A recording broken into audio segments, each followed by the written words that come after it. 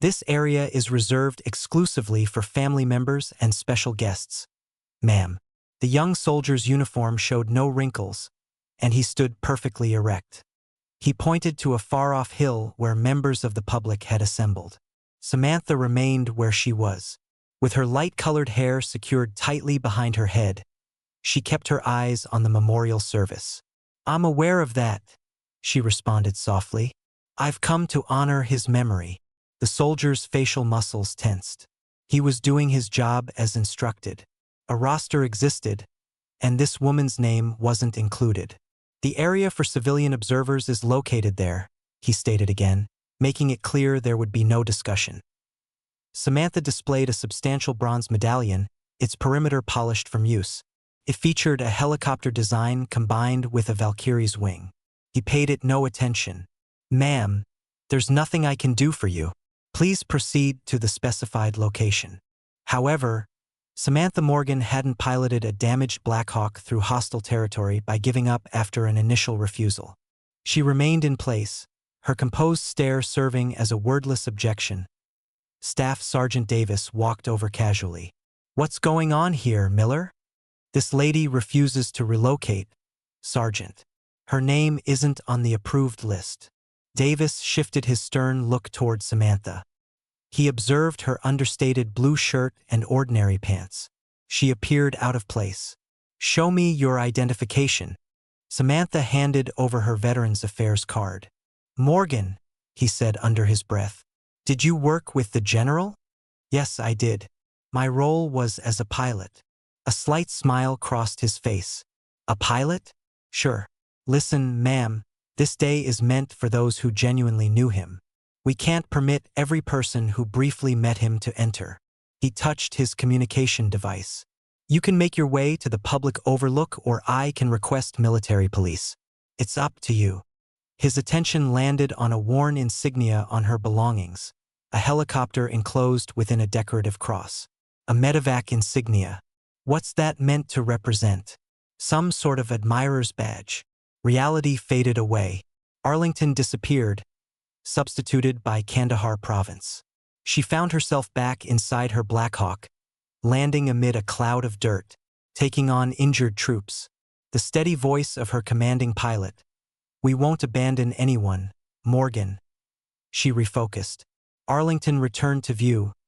Command Sergeant Major Reynolds was standing close by, an imposing figure of military discipline. He became aware of the commotion, then spotted the insignia. The medevac symbol struck him with tremendous force. His thoughts returned 10 years to an urgent transmission, a trapped reconnaissance unit. A female aviator's composed voice. Her radio name was Valkyrie. Defying instructions, she declared her plan to attempt the rescue. Wallace commanded her to withdraw. Her response, "Sir, you've got casualties and I've got capacity." Reynolds seized his device. "Carmichael, sir. This is CSM Reynolds. We have a problem. They're refusing entry to Samantha Morgan. She's wearing a medevac insignia. Radio designation Valkyrie. Quiet, then barely controlled fury. Remain there. Don't allow her to depart. I'm coming now." At the Pentagon, Major General Carmichael threw his device down. "Retrieve the military file for Chief Warrant Officer Samantha Morgan. Radio designation Valkyrie." Immediately, the captain's expression showed shock as he reviewed the information. "Sir, this is incredible. Distinguished Service Cross, 2 Distinguished Flying Crosses, Silver Star, numerous air medals with V device." He quoted from an official record, October 12, 2011. Under heavy enemy attack, CW-2 Morgan continuously flew into a dangerous landing area to extract 17 severely wounded troops. Despite severe aircraft damage, with her co-pilot injured, she successfully evacuated all wounded. The officer who submitted the recommendation was Brigadier General Wallace. The captain noted, "He informed me that if the president ever requested him to identify the most courageous soldier he commanded, he would speak her name immediately," Carmichael stated. "Arrange transportation. Emergency priority. Inform them Valkyrie is present at the entrance." At Arlington, a first sergeant had arrived on scene. "Ma'am, You're creating a disruption at a national funeral. Depart now or face prosecution for unauthorized display of military symbols. A flash of intensity appeared in Samantha's expression. I comprehend your message, First Sergeant. However, you don't comprehend whom you're addressing. Dark vehicles arrived. Major General Carmichael exited. Then General Peterson, 4 stars, chairman of the Joint Chiefs, emerged. The security personnel became instantly alert, frozen with astonishment. General Peterson moved past them, halting in front of Samantha. He raised his hand in a sharp salute. The action spread through the assembled group. Chief Morgan, he stated, his tone carrying deep feeling. This is a privilege. General Wallace mentioned you frequently. He stated that without Valkyrie, he would have returned from Kandahar a decade sooner beneath a flag. He addressed the gathered crowd. This is Chief Warrant Officer Samantha Morgan. On October 12, 2011, CW2 Morgan flew into an inferno. A ranger company was encircled, suffering severe losses. Aerial assistance was refused. Chief Morgan ignored a direct command. With her helicopter sustaining continuous fire, co-pilot injured, tail rotor destroyed, she touched down 3 times in that deadly zone. She rescued 17 soldiers that evening. General Wallace is receiving burial today because he survived to finish his service. He survived thanks to this woman.